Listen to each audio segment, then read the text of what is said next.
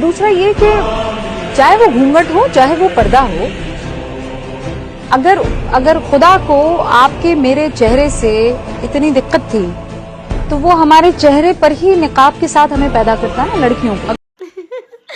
মাশাল্লাহ সুবহানাল্লাহ, আমাদের এই জান্নাতি হুরের জামিনে নুরাপুর কথা শুনেছেন?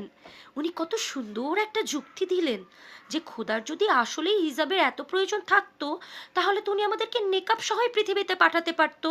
আমিও তো ওনার যুক্তির সাথে একমত। আমিও তো ওটাই বলি, খোদা তো আমাদেরকে এই পৃথিবীতে জামা কাপড় দিয়েও পাঠায়নি, পাঠিয়েছে খালি গায়ে। তো মাঝখান দিয়ে এই জামা কাপড় পরে কি লাভ? बात तो सही है। আপু এখনই খুলে ফেলুন, তাড়াতাড়ি খুলে ফেলুন। অযথা মাঝখান দিয়ে এই যে টাকা নষ্ট, সময়ের কষ্ট। আসছেন খালি গায়ে, যাবেন খালি গায়ে, মাঝখান দিয়ে জামা কাপড় পরে অযথা টাকাগুলো নষ্ট হবে না বলেন? এগুলো দিয়ে তার অনেক কিছু করা যায় নাকি?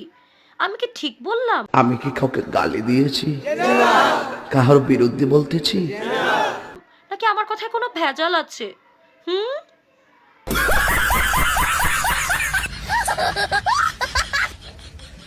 দিদি জামা কাপড়টা খুলে ফেলুন।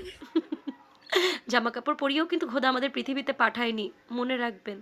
আমার ভুল হচ্ছে, হ্যাঁ আমার ভুল হচ্ছে, ক্ষমা করে দেন।